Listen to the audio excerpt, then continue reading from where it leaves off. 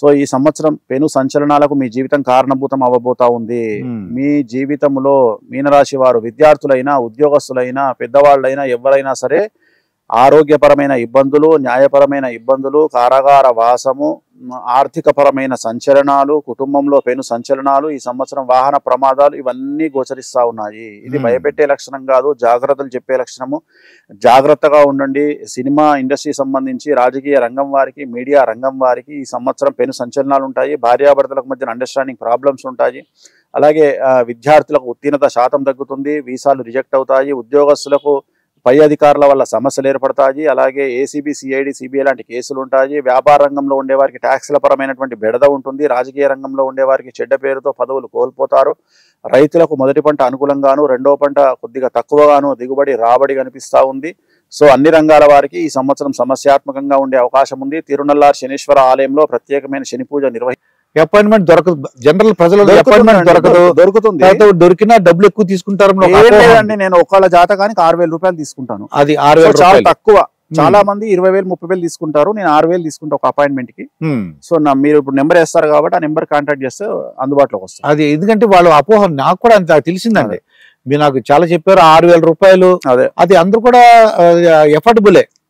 వాళ్ళు అనుకుంటారు, అట్లా ఏదో మనల్ని చూసి అనుకుంటారు కానీ అలా కాదు. అవును, ఇప్పుడు అదేదో వాళ్ళకి ఏదో సమస్యలు ఉన్నాయి. ఆ సమస్యలకి ఎవరో చెప్పింది నిజం. అంత మీరు మీ ద్వారా చెప్పించాను నేను. 6,000 అపాయింట్మెంట్ దొరుకుతుంది. కొద్దిగా ఏంటంటే 1 వీక్ ఎంత 10 days టైం పడుతుంది.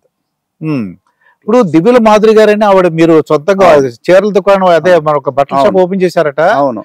అంటే మా వాళ్ళు ఏమంటారంటే లలిత జ్యువెలరీ అతను బ్రాంచెస్ పెట్టాడండి. అవును. అలాగే దివ్యుల మాధురి గారు కూడా మీ ఆధ్వర్యంలో నెంబర్ ఆఫ్, అంటే మీరు ఓపెనింగ్ టైమ్ లో ఉన్నారు కాబట్టి నెంబర్ ఆఫ్ బ్రాంచెస్ 6 పెడతారు. వాళ్ళు హైదరాబాద్ లో 6 బ్రాంచ్లు పెట్టడానికి సిద్ధంగా ఉన్నారు. పెడతారు వాళ్ళు. వాళ్ళకి డెఫినెట్ గా ఆ పేరు ఉంది. నిజంగా గొప్ప శక్తి ఉందంటారు. అయితే వాళ్ళకి దివ్యుల మాధురి గారు వాళ్ళందరూ కూడా వాళ్ళ ధైర్యంగా ఉండొచ్చు. ఎవరైనా ధైర్యంగా ఉండాలి. కలియుగంలో ఈ ట్రోలింగ్ కు వీటికి భయపడొద్దు. నేను అదే చెప్పే వాళ్ళకి, ఎక్కడి నుండో తయారయ్యారు నెగిటివ్ గా. మిమ్మల్ని ఎవరో ట్రోల్ చేస్తే చివరికి మీరు సమాజంలో 10 మందికి ఆన్సర్ చెప్పే స్థాయిలో ఉన్నారు. హ్యాపీగా ఉండండి, 10 పెట్టుకోండి అని చెప్పి వాళ్ళ పేరు కూడా చాలా బాగా పెట్టారు. యూనిక్ గా వకుల మాత పేరు పెట్టారు. అది చాలా బాగుందండి. అది వారి తల్లి పేరు వకుల మాత. సో చాలా మంచి పేరు పెట్టారు. సో అలాగే చాలా బ్రాంచ్లు ఓపెన్ చేయమని చెప్పారు. అయితే లలిత వీళ్ళు కొన్ని సార్లు దాన్ని IBS అంటారు, ఇరిటబుల్ బౌల్ సిండ్రోమ్ అంటారు. అంటే మోషన్ కంట్రోల్ లేకపోవడం, ఎక్కువగా యూరిన్ మోషన్ వెళ్ళి రావడం, అంటే కోపం వచ్చినప్పుడల్లా వాళ్ళు టెన్షన్ పడగానే వాళ్లకు హెడేక్ రావడము, కళ్ళు తిరగడము, ఇవన్నీ కూడా యాంగ్జైటీ డిజార్డర్ లక్షణాలు. సో ఇలాంటి వాళ్ళు ఏం చేయాలి, రెగ్యులర్ గా ప్రతి గురువారం, శుక్రవారం నాడు ఎల్లో కలర్ బట్టలు ధరించడం వల్ల వాళ్ళకి ఆ తీవ్రత తగ్గిపోయేటువంటి అవకాశం ఉంది. అలాగే వాహన ప్రమాదాలు కూడా ఈ సంవత్సరం ఎక్కువగా ఉంటాయి. సో వాహన ప్రమాదాలు ఉన్నప్పుడు ఏం చేయాలి అంటే రాత్రి పూట ప్రయాణాలను వాయిదా వేసుకోవాలి. సో చాలా మంది ఏం చేస్తారు, చాలా మంది రాత్రి 12ంటికి బయలుదేరతారు. అసలు యాక్చువల్ గా నిద్రపోయే టైం కరెక్ట్ గా 2 నుండి 5 అనేటువంటిది వెరీ డేంజరస్ టైం మనకు, అర్ధరాత్రి.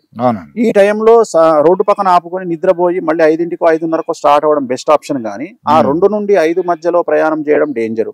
అలాగే రాత్రి పూట డ్రైవర్లను నమ్ముకొని ప్రయాణం చేయడం డేంజరు. సో మనకైతే ఆ డ్రైవర్లు చేస్తేనే సమస్యలు వస్తున్నాయి అంటే మనకు అస్సలు చేయరాదు. ఎందుకంటే మనం డ్రైవర్లం కాదు కాబట్టి, మనం టెంపరీ డ్రైవర్లము, మనం ఎప్పుడెప్పుడో డ్రైవింగ్ చేస్తూ ఉంటాము. సో సాధ్యమైనంత వరకు రాత్రిపూట ప్రయాణాలు చేయాల్సి వచ్చినప్పుడు ఏం చేయాలంటే మాస్ ట్రాన్స్పోర్ట్ వాడాలి. ఉదాహరణ ట్రైన్స్, బస్సులు, ఫ్లైట్లు వాడుకుంటే సో మాక్సిమం మనం అవాయిడ్ చేయగలుగుతాము. అలాగే నలుపు రంగు వాహనాలకు దూరంగా ఉండాలి. సో మాక్సిమం ఎవరికైతే రిస్క్ ఉందో ఈ 5 రాసుల వారికి వీళ్ళు సాధ్యమైనంత వరకు నలుపు రంగు వాహనాలు, నలుపు రంగు బట్టలు, నలుపు రంగు వస్తువులు అంటే లెదర్, బూట్లు, చెప్పులు, పర్సు, బెల్ట్ ఇవన్నీ కూడా అవాయిడ్ చేయాల్సి ఉంటుంది. వీటి ద్వారా సాధ్యమైనంత వరకు సమస్యల నుండి గట్టెక్కుతారు. స్వామి గారు, పిల్లలు మీరు ఆంధ్రప్రదేశ్ చీఫ్ మినిస్టర్ అలాగే తమిళనాడు చీఫ్ మినిస్టర్ కూడా పేరెంట్స్ రిక్వెస్ట్ చేస్తున్నారండి, కొత్తగా పిల్లల్ని కనండి అంటే సంతానం కలగట్లేదని ఒక ప్రాబ్లమ్ అదొకటి అండి. సంతానం కలగట్లేదు అంటే వాస్తవంగా ఈ జనరేషన్ లో సంతానం అనేటువంటిది కలగకపోవడానికి కారణము మనం పడుతున్న కష్టాలు, మానసికమైన ఇబ్బందులు.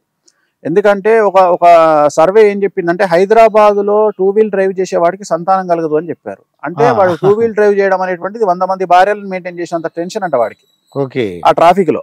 సో అందుకని వాడికి స్పర్మ్ కౌంట్ తగ్గిపోతా ఉంది, శుక్రకణాలు తగ్గిపోతా ఉన్నాయి. సో ఇలాంటి సందర్భంలో ఏంటంటే జనరల్ గా ఇప్పుడు ఒక్క సంతానమే బెటరు. బట్ సంతానం లేనటువంటి వాడు చాలా సంతోషవంతుడు. ఎందుకంటే అసలు పెద్ద దేవతలందరికీ ఎవరికి సంతానం లేదు, జెన్యూన్ సంతానం లేదు. అంటే వాళ్ళు ఏదో చూపు ద్వారానో లేకుంటే చేతి స్పర్శ ద్వారానో పుట్టినోళ్లే కానీ జెన్యున్ గా సంతానం లేదు దేవతలకు.